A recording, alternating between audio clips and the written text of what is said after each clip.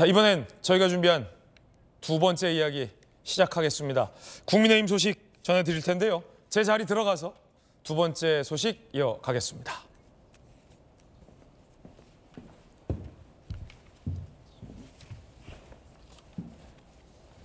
두 번째 이야기 주제를 공개하겠습니다. 한동훈 비대위원장이 오늘 원희룡 전 장관과 함께 이재명 대표의 지역구인 계양에 간다. 이거 심상치 않습니다. 삼선에 던진 메시지.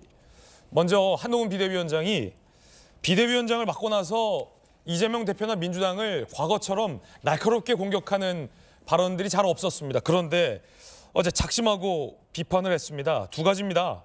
현근택 부원장 사건, 그리고 민주당 지도부에서 제기되고 있는 이 대표 피습 배후론. 먼저 현근택 사건에 대한 한 비대위원장의 언급 들어보시죠. 현근택 변호사 같은 사안이 우리 국민의힘에서 제가 정말 아끼는 분에게 일어났다고 생각해 보시죠. 저는 그리고 우리 공관위원회는 두 번 생각하지 않을 겁니다. 우리는 보수가 맞습니다. 그런데 민주당은 진보가 아닙니다. 왜냐하면 우리가 더 진보적이거든요. 어떤 특정인을 위해서 이렇게까지 국민 두려워하지 않는 세력이 어떻게 진보입니까? 현근택 부원장 사건을 언급하면서 특정인을 위해 국민을 두려워하지 않는 세력이다라고 비판했습니다. 그리고 이 대표 습격에 자꾸 배후가 있다라며 특검까지 얘기가 나왔는데 이것과 관련해서 한 비대위원장의 발언입니다.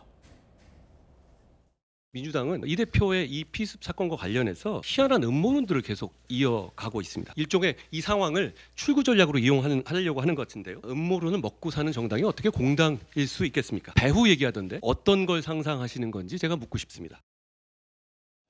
음모론을 먹고 사는 정당이 어떻게 공당이겠냐라는 강한 비판입니다. 김효은 대변인이 어떻게 들으셨습니까? 근데 한동훈 위원장이 항상 이제 자신 있는 모습은 좋은데 저는 우리는 보수입니다. 그런데 민주당보다 진보적이다. 글쎄요, 이게 설득력이 있나요? 그러니까 이게 보수 진보 이렇게 얘기를 할 때 어떤 근거로 이렇게 얘기를 하는지 저는 의아하고요. 국민의힘 하면 뭐 아직까지도 이념 전쟁하는 곳이고 대통령은 앞장서서 그런 얘기를 하던 정당이거든요. 지금 대통령이 가려 있다고 해서 국민의힘이 뭔가 좀 본질적으로 바뀌었나? 그런 생각이 좀 들어서 한동훈 위원장의 저런 그 지나친 좀 자신감 이런 거는 좀 적절하지 않고요. 글쎄요, 계속 이제 민주당의 그런 문제, 어떤 도덕적으로 제기되는 문제랄지 뭐 이런 것들, 그리고 우리는 좀 다르다, 보수지만 훨씬 우리는 개혁적이다 하면서 이제 정치 개혁에 관한 여러 가지 얘기를 할 텐데, 그러면 한동훈 장관이 직면하고 있는 국힘과 윤석열 정부의 근본적인 문제, 사회 갈등 부분이랄지 지나치게 어떤 극단적인 이념에 치우친 문제랄지, 특히 우리 역사 인식이나 이런 거 있지 않습니까? 그런 거랄지 김건희 여사 이런 문제에 대해서, 본질적인 문제에 대해서 본인들이 진보적인 입장을 내놓지 않고 우리는 진보다, 글쎄요, 과연 저거를 납득할 수 있는 사람들이 얼마나 있을까, 그런 생각이 듭니다. 예, 조금 더 디테일하게 들어가서 질문을 드리자면 서지현 부대변인, 이른바 음모론 관련해서 이 대표 피습에 대해서 사실은 뭐 전현희 위원장도 그러고 총리실이 의도를 갖고 가짜 뉴스를 살포했다라는 비판이 최근 많았고요. 정청래 최고위원 같은 경우도 경찰 수사를 못 믿겠다,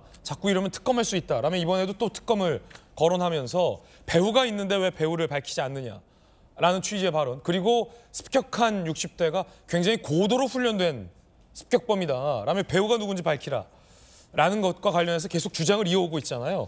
이에 대해서 한동훈 비대위원장이 배후로 누구를 상상하는 거냐, 음모론을 어떻게 먹고 살 수 있냐라고 지금 질타를 한 건데, 민주당 내에서 어떻습니까? 좀 배후가 있다고 보십니까? 그러니까 배후를 밝히자라는 게 아니고요. 그 범인의 동기, 어떤 의도로 이재명이 싫은 건 알겠는데 어떤 의도로 싫은 거에서 욕설이나 뭐 어떤 폭행이 아니고 살인을 하는 그런 동기, 그리고 이것이 재발 방지. 예를 들어서 어떤 과도한 어떤 유튜버나 이런 계속 그걸 하루가 아니고 10일, 100일, 뭐 1년 계속 보다 보면 그 사람이 주장하는 것들이 그게 현실로 받아들일 수 있잖아요. 그러면 우리는 유튜버 관련해서 아무리 방통위 사각지대라도 이런 걸 법안으로 막아야 되잖아요. 그리고 실명 공개도 하지 않은 검찰이 자초한 부분이기 때문에 이걸 바로 특검으로 가자고 하면 안 됩니다. 김건희 특검법처럼. 그런데 수사가, 정청래 최고위원은 배후가 있다, 그러니까 배우를 철저히 밝혀야 한다라고 언급을 했는데요. 그냥 말씀드린 게 정청래 의원이 만약에 배우가 없다 하더라도 정청래 의원은 한 개인의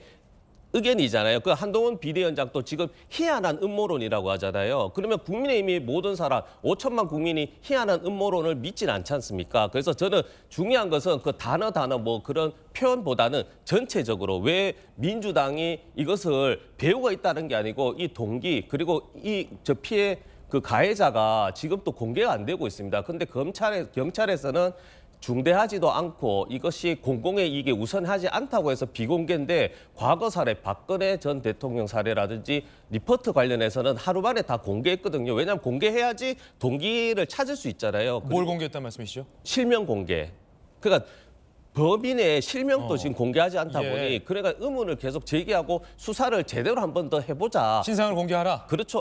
신상을 공개하는 것부터 해서 계속 수사를 좀 더 제대로 한번 해보라는 그런 의도에서 특검까지 할 수 있다는 것이지 지금 바로 특검하자는 건 아닙니다. 정청래 최고위원의 개인의 견해라고 하셨지만 전현희 위원장도 배후 여부에 대해서 의문을 제기하며 공개적인 공식적인 발언을 한 바 있습니다.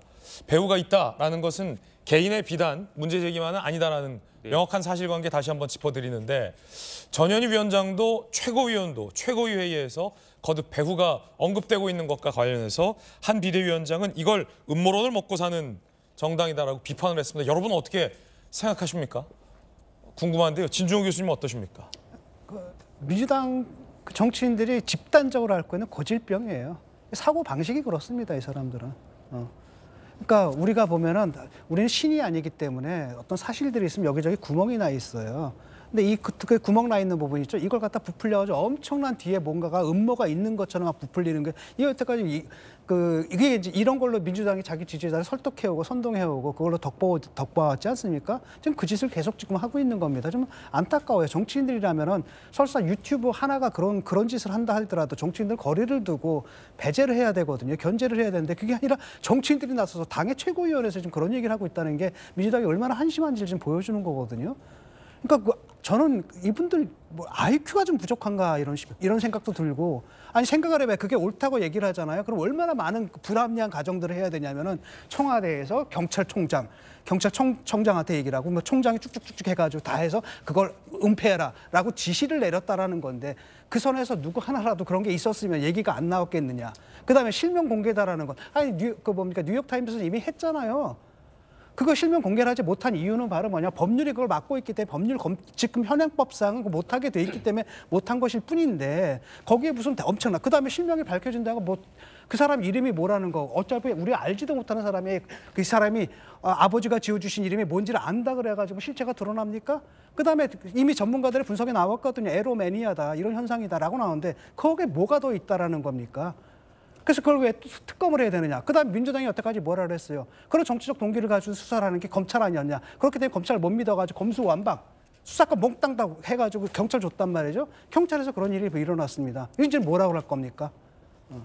교수님 일반화 오를 자꾸 하시는데 그러니까 제가 말씀드리는 건 민주당이 경찰 전체를 믿지 않는 것이 아니고 대테러 상황실이 범죄를 옹호했다는 말씀이 아니고 그 수사의 동기 그리고 이 피해자가 아니 가해자의 동기가 불분명하다 지금. 그래서 한번 그런 걸 확인해 보자라는 것이고 소방일본부에서도 얘기한 소방일보 그 이야기 나온 것은 열상이라고 분명히 얘기했고 피가 흥껏 젖어서 이게 경상이 아니라고 했는데 대테러 상황실은 어쨌든 간에 경상이라는 부분이 있으니 이런 전체적인 부분에 대해서 한번 보자는 것이지 그것을 무슨 우리가 뭐 이걸 음모론을 먹고 저희는 말씀드렸잖아요. 우리는 이번 선거는 정권 심판이 아니라 정권 평가지 않습니까? 그리고 민주당의 평가시 이걸 음모론에서 만약에 국민들이 선동돼서 표를 준다? 그렇게 국민을 폄하할 필요는 없다는 거죠. 아니 그러니까 국민을 폄하하는 게 아니라 국민들 수준이 그런 걸 아는데 저희도 알고 있습니다. 그런데 왜 저런 짓을 하냐라는 거죠. 그러니까 불합리하고 비합리다라는 건데 예를 들어 가지고 열상 자산 같은 경우는 저런 의학적 소견이 아니라고 다 소명이 됐잖아요.